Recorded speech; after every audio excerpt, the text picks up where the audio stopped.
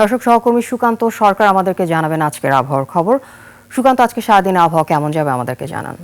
আফিফা, আপনাকে ধন্যবাদ। দর্শক, আজ ২রা মার্চ ২০২৬ জানিয়ে দিব আবহাওয়ার সর্বশেষ তথ্য এবং যেটি আগামী ৬ ঘন্টার। মৌসুমের স্বাভাবিক লঘুচাপ দক্ষিণ বঙ্গোপসাগরে অবস্থান করছে এবং এর একটি বর্ধিতাংশ উত্তর বঙ্গোপসাগর পর্যন্ত বিস্তৃত রয়েছে। একই সাথে সারা দেশের আকাশ কিন্তু আজকে আংশিক মেঘলা থাকতে পারে এবং আবহাওয়া প্রধানত শুষ্ক থাকতে পারে।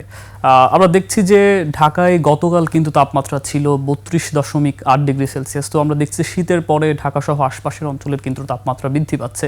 তো সেই সাথে আমরা যদি আজকে ঢাকা সহ আশপাশের অঞ্চলের তাপমাত্রা একটু লক্ষ্য করি, তবে আমরা দেখছি যে আজ ঢাকায় কিন্তু ২৭ ডিগ্রি সেলসিয়াস এবং নারায়ণগঞ্জে আমরা দেখতে পাচ্ছি যে ২৬ ডিগ্রি সেলসিয়াস। তো তাপমাত্রা কিন্তু বৃদ্ধি পাচ্ছে এবং মানিকগঞ্জে আমরা সেই ধারাবাহিকতায় দেখছি যে ২৬ ডিগ্রি সেলসিয়াস এবং গাজীপুরে আমরা দেখছি যে ২৬ ডিগ্রি সেলসিয়াস। আমরা নরসিংদীতে দেখতে পাচ্ছি যে তাপমাত্রা বৃদ্ধি পাচ্ছে, যেটি ২৫ ডিগ্রি সেলসিয়াস এবং একই সাথে তার পাশে রয়েছে কুমিল্লা, যেটি ২৪ ডিগ্রি সেলসিয়াস কিন্তু আমরা দেখতে পাচ্ছি এবং টাঙ্গাইলে দেখতে পাচ্ছি ২৫ ডিগ্রি সেলসিয়াস এবং রাজবাড়ীতে দেখছি যে ২৫ ডিগ্রি সেলসিয়াস, ফরিদপুরে ২৫ ডিগ্রি সেলসিয়াস, নড়াইলে দেখতে পাচ্ছি ২৬ ডিগ্রি সেলসিয়াস। তো দর্শক, গরমের শীতের পরে আসলে দেশের প্রত্যেকটি জায়গায় কিন্তু ক্রমান্বয়ে আসলে তাপমাত্রা বৃদ্ধি পাচ্ছে এবং আজকে ঢাকার সর্বনিম্ন তাপমাত্রা হচ্ছে ২৩.৮ ডিগ্রি সেলসিয়াস।